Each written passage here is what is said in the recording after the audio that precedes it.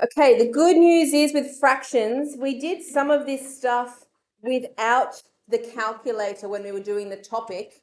You will still need to show working for when you're adding, subtracting, multiplying, and dividing fractions. But now you will have your calculator. You are able to use your calculator a little bit more in this topic. Okay, so for example, in question number 1, I want to reduce the following fractions to simplest form. Now, to do it without a calculator, you're looking at the numbers 15 and 40 and trying to find the highest number that you can divide by, which would be 5. So if I divide the top by 5 and the bottom by 5, so it's just dividing them by 5, you get 15 divided by 5 is 3, and 40 divided by 5 is 8. But you don't need to show that working out, so I'm not really going to know whether you've done that on your calculator or not. So to do it on your calculator, all you need to do is type the original fraction in. You type in 15 over 40 and press equals, and it does all the hard work for you. Okay, if it's a 1-mark question, you're not really going to get marks for working out, so that is fine. So it should be very quick for you to type in those other ones a little bit later, but let's move on to the next one. Question 2 is a wordy question. It says, in a one-day cricket match, the opening partnership scored 84 runs. This is like for me, cricket happening last night. If you guys are, anyway, we're not going to talk about that. All right. If the captain made 32 of these runs, what fraction did he run? So the captain scored 32 out of the total of 84. It's just taking these numbers that are hiding in the words there and making it into the fraction. But I should simplify that fraction as well if I can. So I'm going to use the calculator this time. 32 over 84, press equals, and it does simplify down to 8 over 21.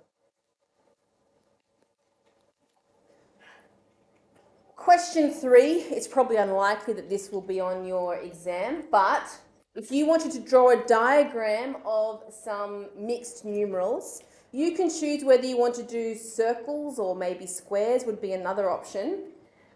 If I do circles, I want 3 complete circles. So 1, 2, 3, and I'll draw a 4th one because that will be for my quarter.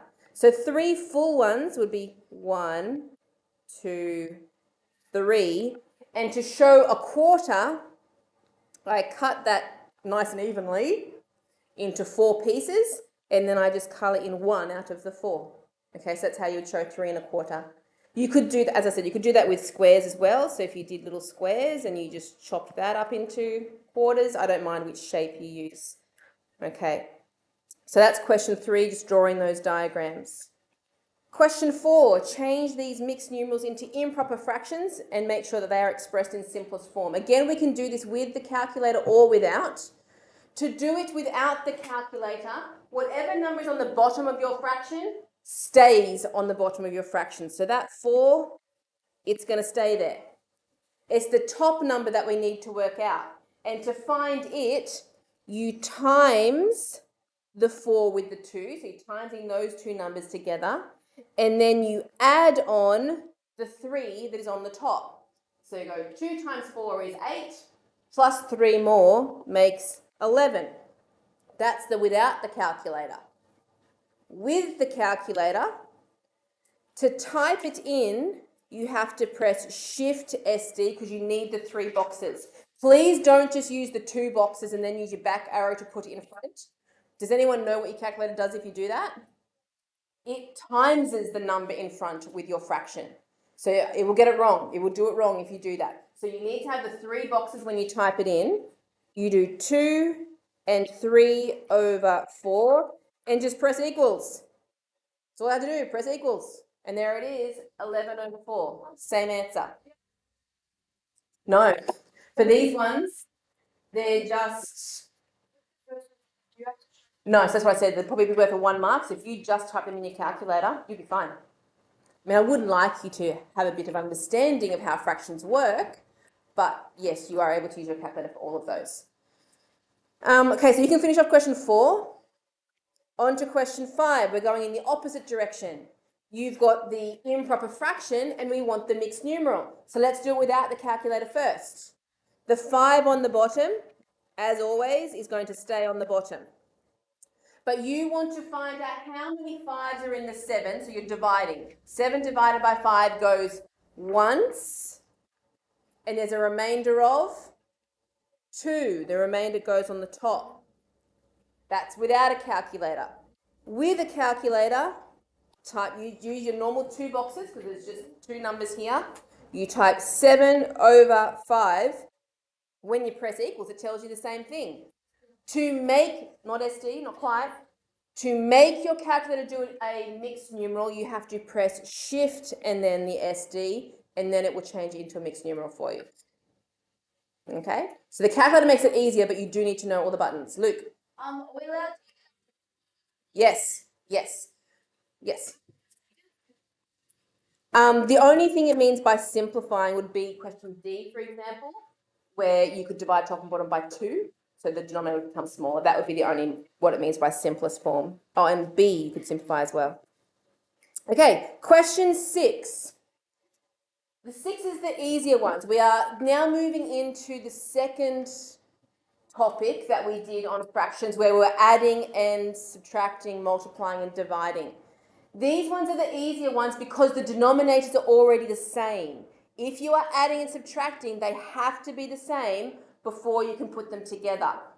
So because they're both 16s already, you just keep the 16 on the bottom, and we're adding, so we add the numbers across the top. 5 plus 7 is 12.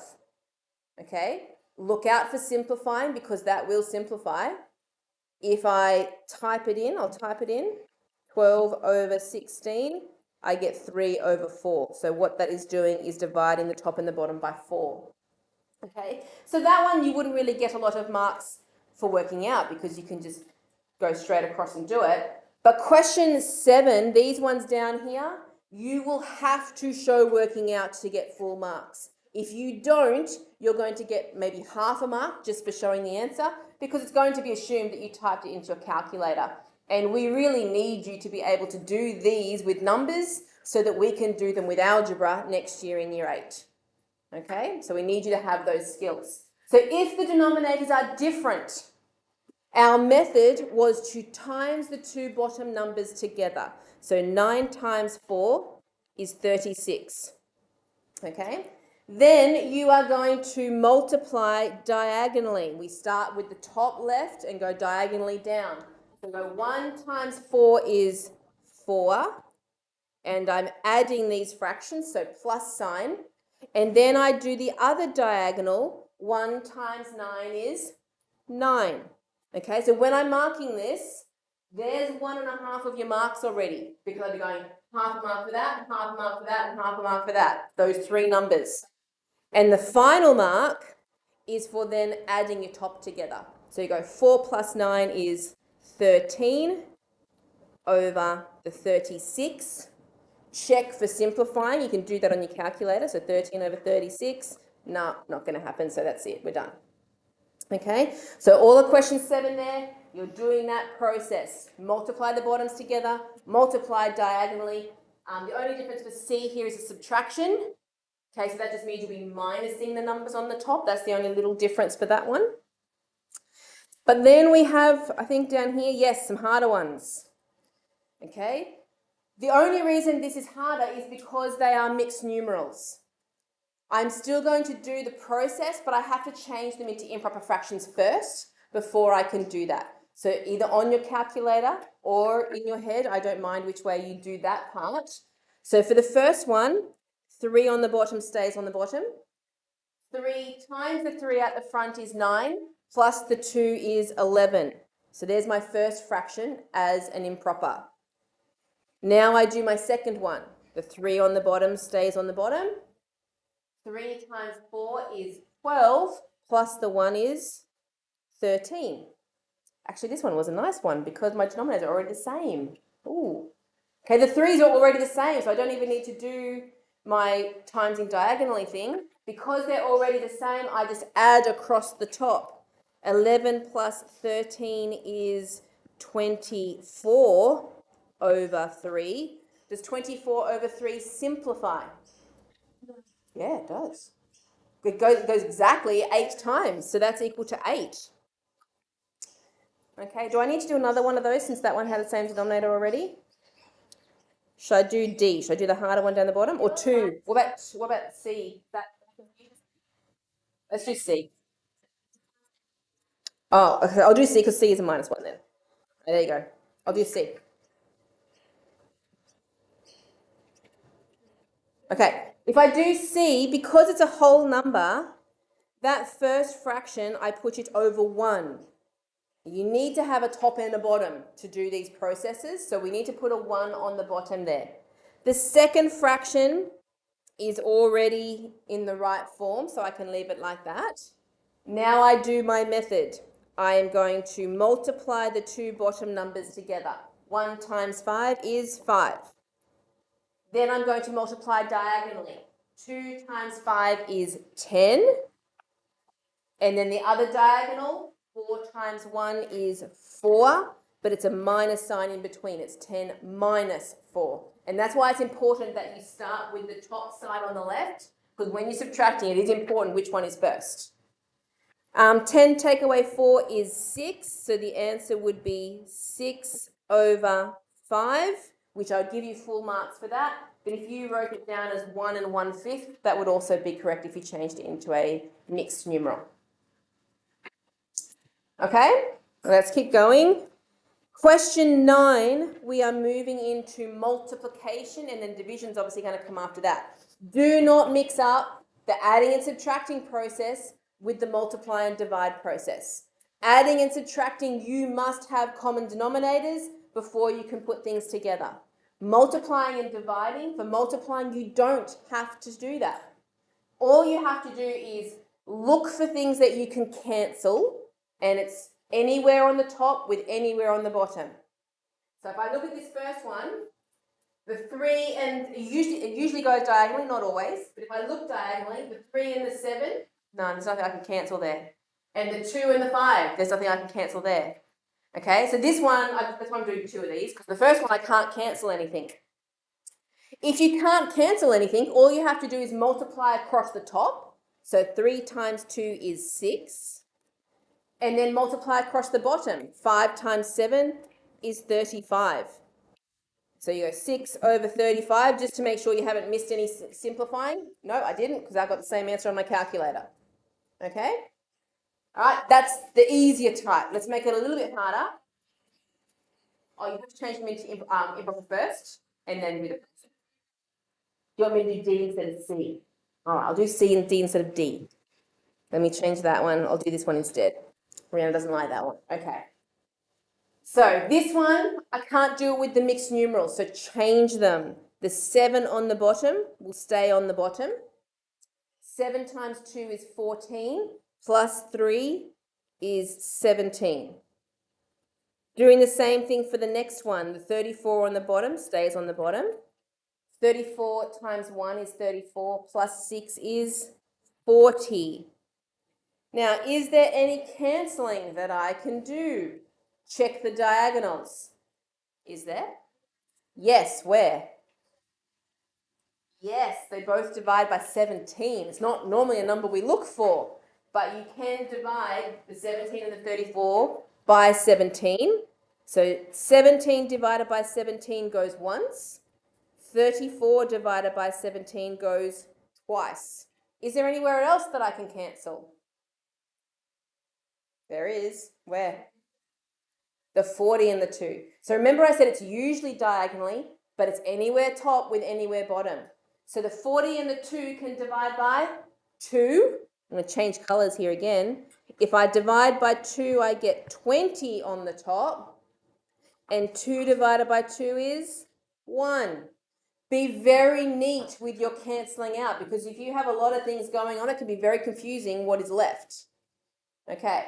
Once you've cancelled everything you can cancel, then you just multiply the tops together and the bottoms together.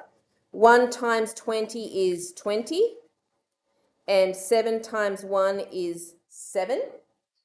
You could change that into a mixed numeral, which would be 2 6/7. but you don't have to. So you can leave it like that. Okay? All right, a wordy question. Question 10. If 14 people each ate 3/4 of a pizza, how many pizzas would be eaten altogether? So you need to know, am I adding, subtracting, multiplying, or dividing? It's actually timesing, yes. Which kind of gives away because we were just doing timesing. But yes, we're timesing. We want to multiply the 3/4 of a pizza times by 14 people, because 14 people are eating 3/4 of a pizza. Now, the whole number 14, you put it over 1. Always make sure you have top and bottom so you can cancel stuff out. Is there anywhere where I can cancel? Yes, where? Yeah, what can I divide by? 2. So 4 divided by 2 goes twice, and I said the answer. 14 divided by 2 is 7.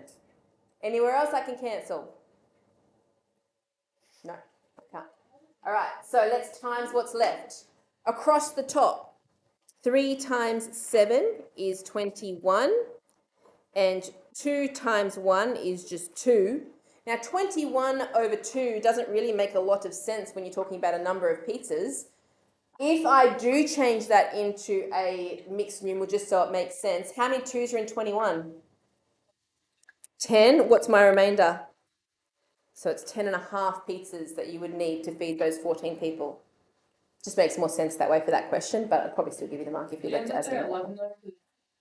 Oh, maybe if you had to buy them, say I'd have to buy 11 pizzas, but yes, but they ate 10.5 pizzas, okay? Okay, question 11. I've highlighted this one because it uses the word of. What does the word of mean? Multiply.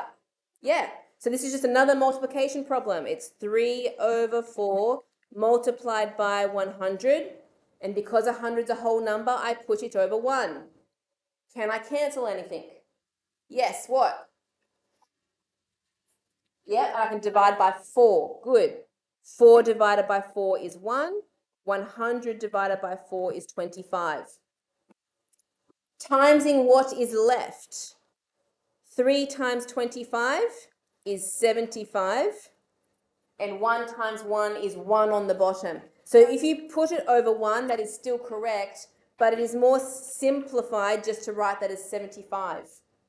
Okay, so if you had 3/4 of $100, it would be $75. Okay, that kind of thing. Yes, yeah, okay. If you miss some simplifying, so you might do some simplifying, but maybe you don't simplify enough. It just means that your final answer, if you type it into your calculator, it will finish the simplifying for you. But I want to see that you've made an effort to try and simplify where you can, please. Okay, question 12. We're starting to go into dividing, but when you do divide, do you remember me saying things like leave, kiss, flip?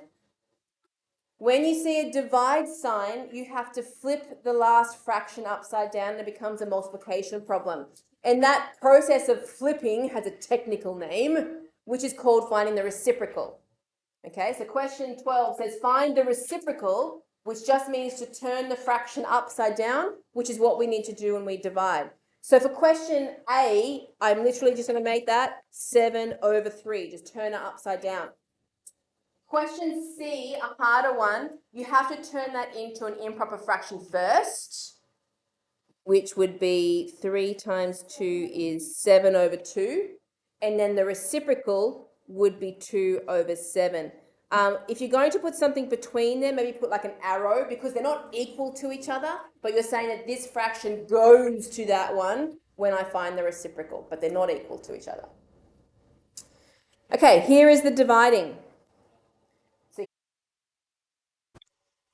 Okay, so to finish off this question, we're going to leave the first fraction. The divide turns into a times, and we flip the second fraction upside down to be 16 over 9. Then we look to cancel diagonally. So I can divide the 3 and the 9 by 3. 3 divided by 3 is 1. 9 divided by 3 is 3. The 8 and the 16 I can divide by 8. 8 divided by 8 is 1. 16 divided by 8 is 2. And then once I've cancelled, I times what's left. 1 times 2 is 2 on the top, whoops, 2. And on the bottom, 1 times 3 is 3. So 2 over 3. Okay, that's it.